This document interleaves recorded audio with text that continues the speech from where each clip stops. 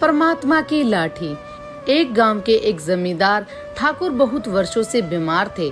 इलाज करवाते हुए कोई डॉक्टर, कोई वैद्य नहीं छोड़ा, कोई टोने टोटके करने वाला नहीं छोड़ा, लेकिन कहीं से भी थोड़ा सा भी आराम नहीं आया। एक संत जी गांव में आए।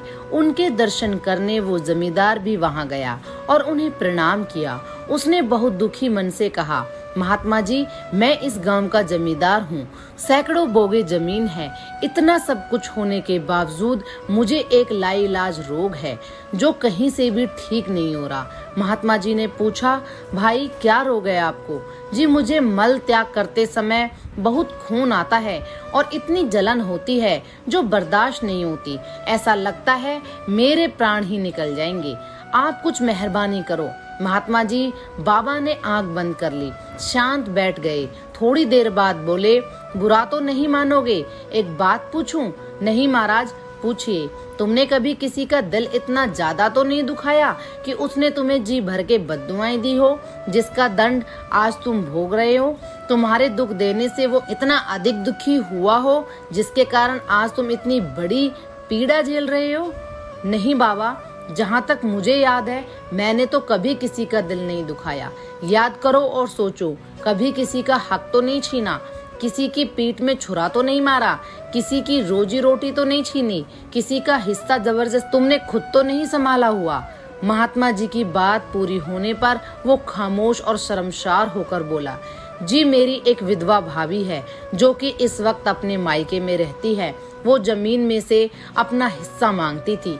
यह सोचकर मैंने उसे कुछ भी नहीं दिया कि कल को ये सब कुछ अपने भाइयों को ही दे देगी। इसका क्या पता। बाबा ने कहा, आज से ही उसे हर महीने 100 रुपए भेजने शुरू करो।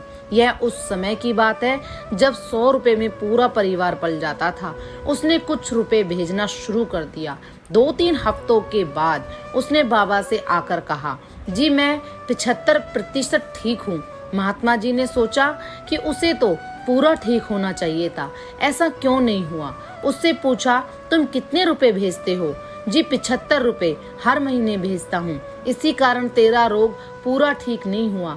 संत जी ने कहा, उसका पूरा हक उसे इज्जत से बुलाकर दे दो। वो अपने पैसों को जैसे मर्जी खर्च करे, अपनी जमीन जिसे चाहे दे दे।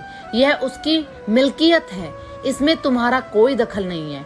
जानते हो वो कितना रोती रही है, जलती रही है, तभी आपको इतनी जलन हो रही है। जरा सोचो, मरने के बाद हमारे साथ क्या जाएगा। जमींदार को बहुत पछतावा हुआ। उसने फौरन ही अपनी विधवा भाभी और उसके भाइयों को बुलाकर सारे गांव के सामने उसकी जमीन, उसके हक का पैसा उसे दे दिया और हाथ जोड़कर अपने जुल्मों की माफी मांगी। उसकी भाभी ने उसे माफ कर दिया और उसके परिवार को खूब आशीर्वाद दिया। जमींदार का रोग शीघ्र ही पूरी तरह से ठीक हो गया। अगर आपको भी ऐसा कोई असाध्य रोग है तो जरूर सोचना, कहीं मैंने किसी का हक तो नहीं छीना है, किसी की पीठ में छुरा तो नहीं घोंपा है, किसी का इतना दिल तो नहीं दुखाया कि वो बेचारा इतना बेबस था कि तुम्हारे सामने कुछ कहने की हिम्मत भी ना कर सका होगा।